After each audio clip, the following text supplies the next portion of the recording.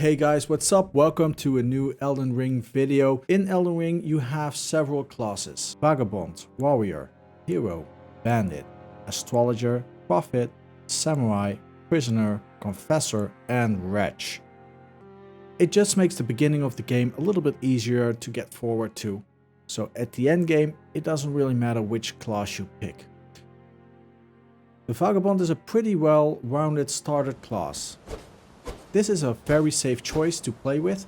You start out with a one-handed weapon, a shield and a halberd, meaning you will be well equipped to start the game and fight your way through the lands between.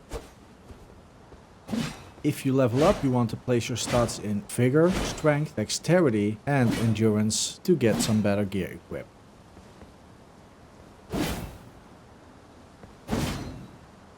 Next up is a warrior who looks like a nomad. He will fight with two blades at once. So this one is more specialized than the Vagabond. The main stats for a warrior is dexterity, endurance, strength and vigor. Prefer fast weapons and slashy. This will be a good pick for you.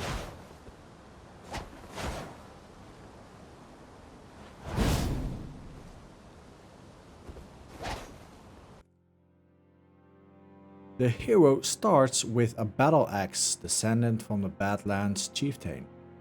If you like huge weapons, this is the class for you. This hero starts off with a large shield and a battle axe, complemented by high strength and vigor stats.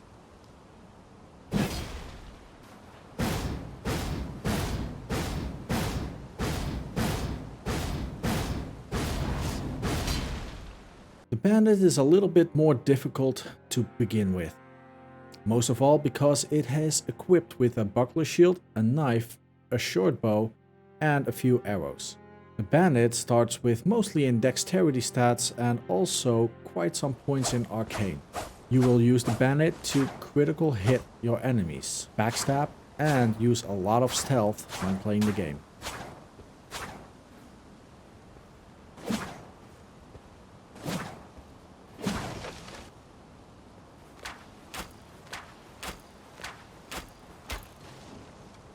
The Astrologer is a scholar of magic. This is the best starting class for players who wants to focus on spellcasting or lean into summoning. The Astrologer starts off with a staff, a small shield and a short sword as backup when you don't have any FP anymore. It also starts with two offensive spells, the Glintstone Pebble for single targets and the Glintstone Arc for cone of effect.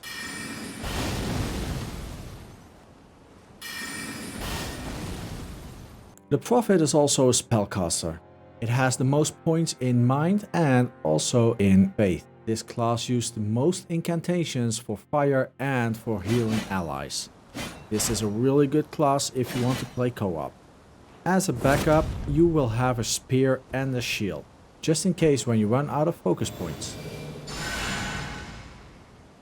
The Samurai is a really popular pick for most first-time Souls players. Samurai comes with a katana, a longbow, offhand shield and fire arrows. This is a class with the second highest dexterity stat after the warrior and it adds a bonus for the long-range weapon option. Just a tip on a side note, you will kill a lot of animals just to craft more arrows.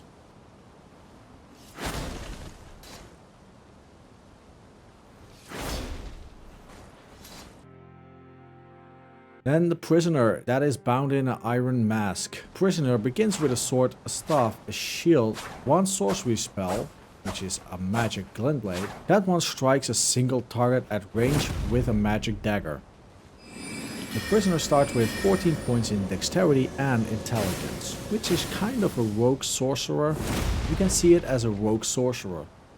Then we have a Confessor, which is a battle mage, but definitely more advanced as a starter class. You will start with a sword and shield with some decent strength and dexterity, but you also have 14 points in faith.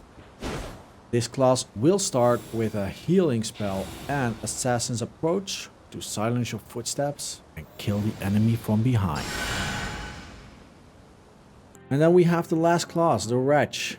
As you can see, You will start at level 1. You will start with just a basic club and no armor. Any mistakes you made in the early game combat will be very dangerous. Of course, all the stats are exactly level 10, so you are free to level up to your liking.